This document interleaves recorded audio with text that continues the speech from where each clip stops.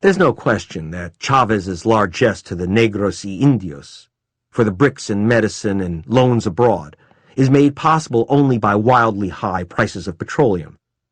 That still makes Chavez one of a rare breed. After all, the new oil riches of Kazakhstan ended up at least $51 million of it in the Swiss bank account of its president, according to the bagman who made the deposit. Other developing oil states, Nigeria, Indonesia, Sudan, show little interest in distributing their petroleum wealth to the mass of their citizenry.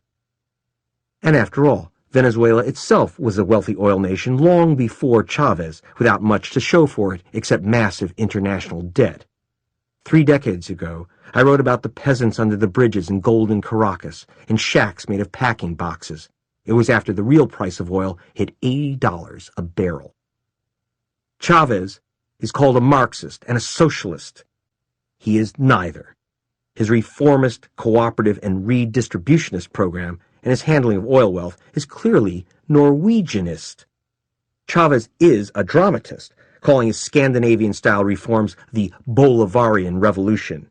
It seems to drive Washington just crazy that brown people are demanding Nordic privileges. It's one thing to be kind to poor folk, another to rearrange the global flow of petroleum. After bouncing Shell oil from one project, Chavez signed major development deals with the Brazilian State Oil Company, China's State Oil Company, and India's. Now, for the first time, a flow of crude would bypass the oil majors. Chavez was cruising for a bruising.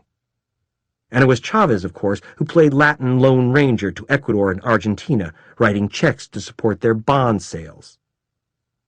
It was the Wall Street Journal which dubbed Chavez, quote, a tropical version of the International Monetary Fund, offering cut-rate oil supply deals and buying hundreds of millions of dollars of bonds from financially distressed countries such as Argentina and Ecuador.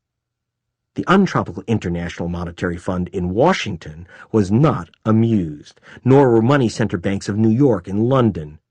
Petrodollars are supposed to move from Venezuela to New York and only then return to Latin America as loans, carrying interest rates up to 16%.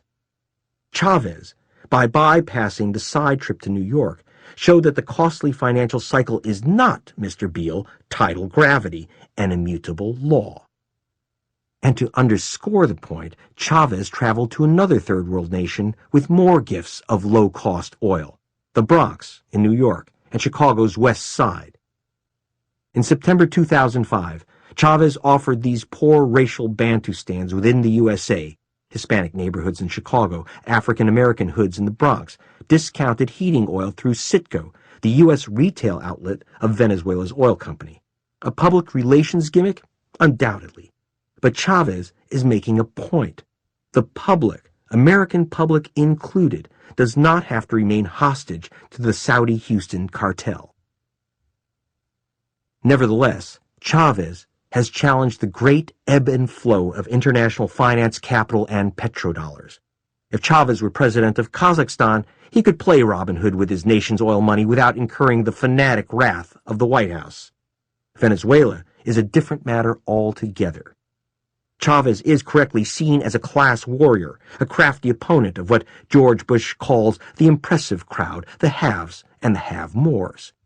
Chavez wanted me to film him under a larger-than-life oil painting of Latin America's great liberator, Simón Bolívar. Chavez sees himself as Bolivar, taking his class war beyond his borders, from Argentina to the Bronx, tilting the flat world back to level. How can Hugo Chavez be stopped from becoming the Bill Gates of petroleum? There are 2 methods to undermine Chavez's power. First, the unattractive choice, cut the price of oil. Option 2, kill him.